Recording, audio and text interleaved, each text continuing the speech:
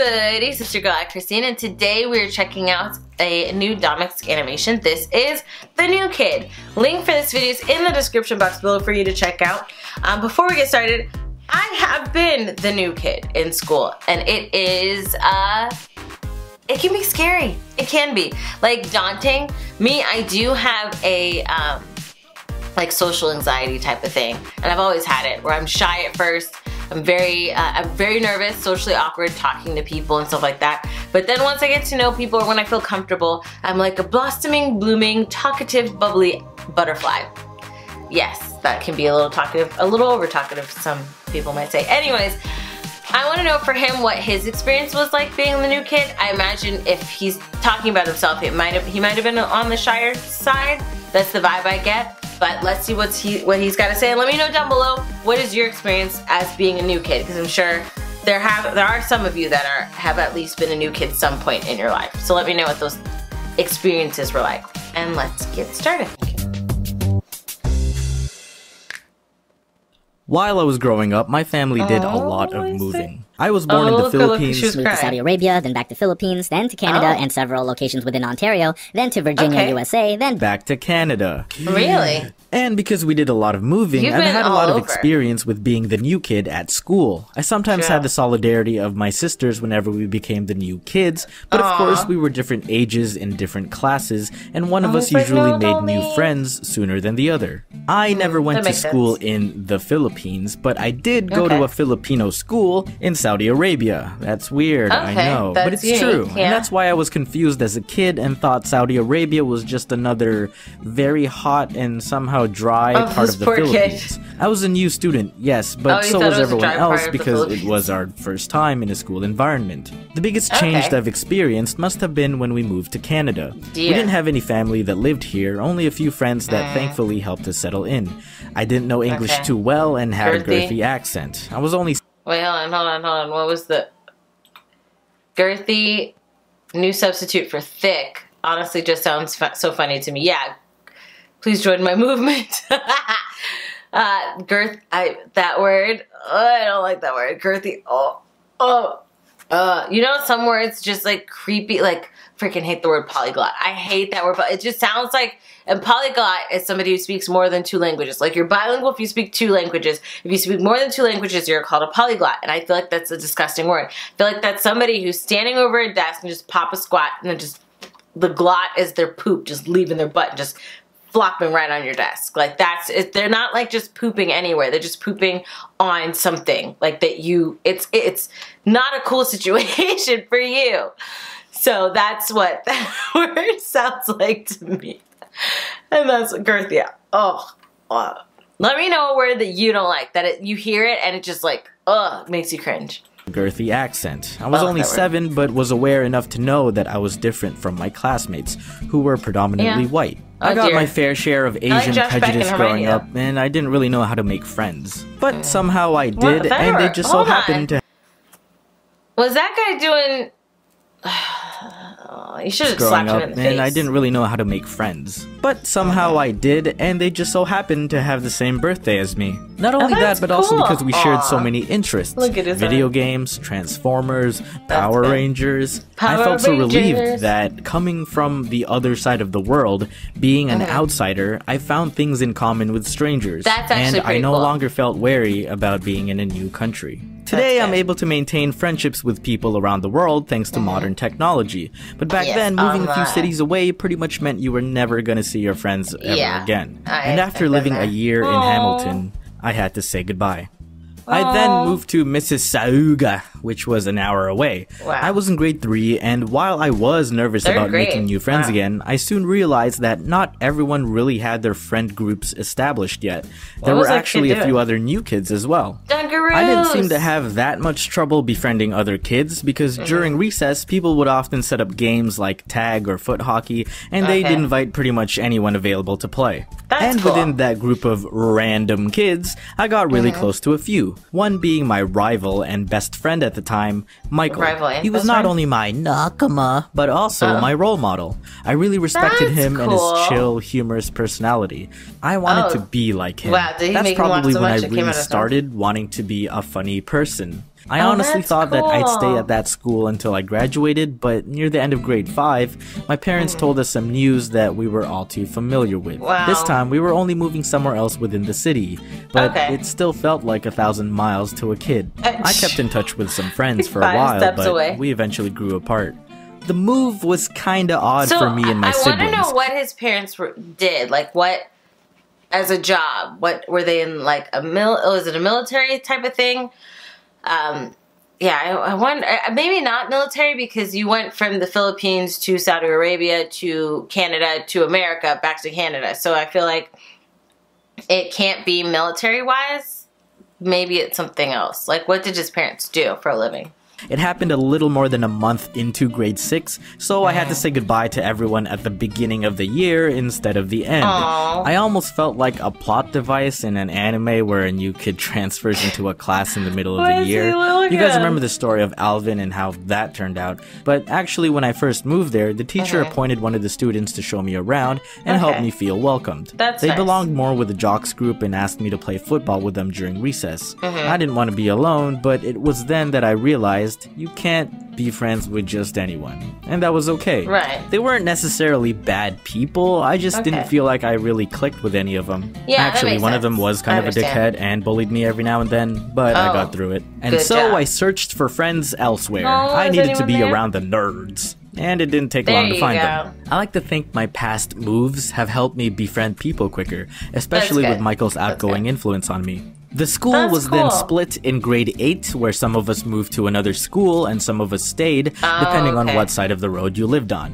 We all then became new kids in the newly built school, so it wasn't really a problem because everyone knew everyone. Going into high school was the same, where a lot of the friend groups were pretty much already established and just carried over from grade 8. The high school was made up of graduates from 3 elementary schools, and I was able to befriend people from there as well.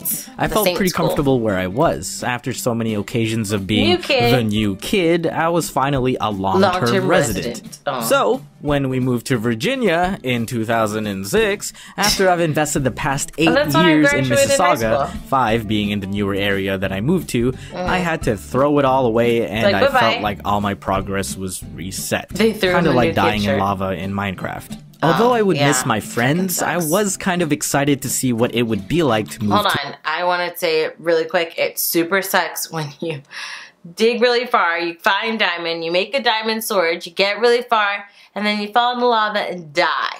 Then you have to find where in this freaking cave underground you left your diamond sword. If it did not burn, does it burn? Because I remember distinctly losing all of my crap when that happened. Yeah, those who were following my Minecraft streams, y'all know the pain. The pain is real. To a new country again, excited to see what kind of new people I would meet, excited to be exposed to new cultures.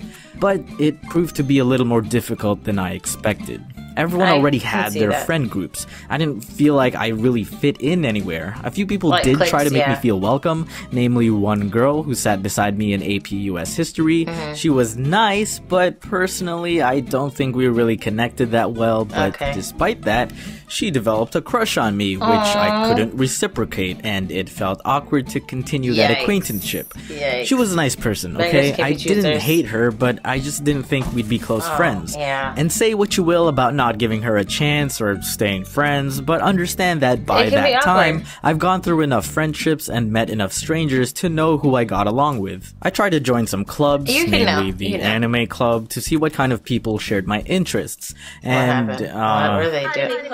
Every single Wednesday at room North 135. Oh dear. Everyone in my year seemed to already have their lives figured out. They had their academics in line, they knew what colleges they wanted to go to, they were applying for scholarships, while I was just worried about making friends and fitting in. And I pretty much spent most of 11th grade worrying about that. I really missed Canada. I guess that was what led me to depend on the internet and online games to meet new friends and maintain old ones from back home. But eventually, I thought it wasn't healthy for me to just be cooped up at home all the time. I thought I might as well embrace the new environment and make the best of it. I kept looking behind me instead of facing forward. After some time, I broke out of my timid shell and tried to be more outgoing, especially in my senior year where I got into breakdancing and really started making lasting friendships. That's cool. You guys already know about that story. I didn't know Before that, I even graduated, I was already informed that we were going to move back to Canada. Oh, really? And so I applied to schools there. I was accepted by and attended Ryerson University. That's cool. And it kind of felt like going to school for the first time as a kid again. Everyone was a new kid who came from all sorts of places around the city, around the country, and around the world. Luckily, one of my high school friends from St. Marcellinus also got into the same program as I did. So we stuck by each other through the hells of architecture along with new friends that we met along the way. Although it seemed like the end of the world as a kid every time I had to move, I'm thankful for those experiences because it helped me build my social skills with people and prepared me for a world full of strangers and how unpredictable life can be. You never really know who you'll become friends with, especially not at first glance. Sometimes it takes a simple interaction over a similar interest. I befriended David in high school because he asked to borrow a scientific calculator, which we then started using to pass notes to each other. Cool. Michael started off as my enemy rival because we both sought to be the best in our talent. Alvin started off as an asshole and stayed that way for the duration that I knew him. But for all the friendships I've made, I understand that I would have never seen those kinds of relationships if I kept my doors closed. Whether you like it or not, change will come to you. Whether it patiently waits for you to invite them in, or if it kicks down your door and demands a beverage, it's up to you on how you would like to treat them. It's best to embrace it because they are there to teach you lessons, some of which might be easy and simple, and some which could be difficult and painful. I see new starts to be very refreshing. I see them as opportunities to do things differently, or even do things the same but with new people and new environments, which can still yield unique experiences. Chapters in our lives will eventually come to an end, and we must accept that it's time to turn the page and continue to the next. Okay, but that can be very unique, and it can be hard. I can say some changes I can welcome. Like, you can just be like, oh, this is awesome. And then sometimes a change can happen where it's like, it completely takes you by surprise and you're not ready for it. So it's okay to feel however you feel. Whether you feel excited about a change or you feel kind of afraid, scared, and you know, jarred by a change. All that matters is that you understand why you feel the way you feel and then find a way to move forward. That's something that I need to take as advice for myself as well, because some changes are freaking terrifying. It can be very terrifying to have a new change when it's something you're not used to, you're uncomfortable, and that's normal to feel that way. So just finding, understanding why. You gotta understand why you feel that way so that way you can move forward and then move forward. I have experiences like he has where I've moved a lot. As when I was a kid, we moved a lot, and I don't know why. It wasn't job-wise, so I don't know why. I have to ask my mom why we moved so much. But we moved a lot when we were kids, and I was often the new kid. And it could be exciting at times to be like, oh, there's new people, there's new conversations, maybe I can be a new person or experience a new part of me that I didn't get to experience at other schools. And then there's also that, like, I'll be looking at people and I'm like, do I want to talk to them? Do they want to talk to me? Like, it's unique. It's a very unique experience, but it can be fun, it can be daunting, and it can be exciting all at one time. That's kind of what it was like for me. But it's cool for him that he got to the point where he could recognize which personalities were going to blend well with him, which weren't, and then he can, you know, be friends with certain people, know that he wouldn't be, and then move forward. He wasn't stuck up on it, except for when he was lonely when he was in Virginia. And I think it was because it was so late in his development. Like, he's about to go to college, and the fact that that happened, that could, you know, take someone aback, and I completely understand that. And it could take a little bit of time because a lot of people at that point in their development have cemented themselves in a group. And so when you come in and you're new, it can be jarring. But he found a way to make it through it, and he has embraced change, and it has made him for the better.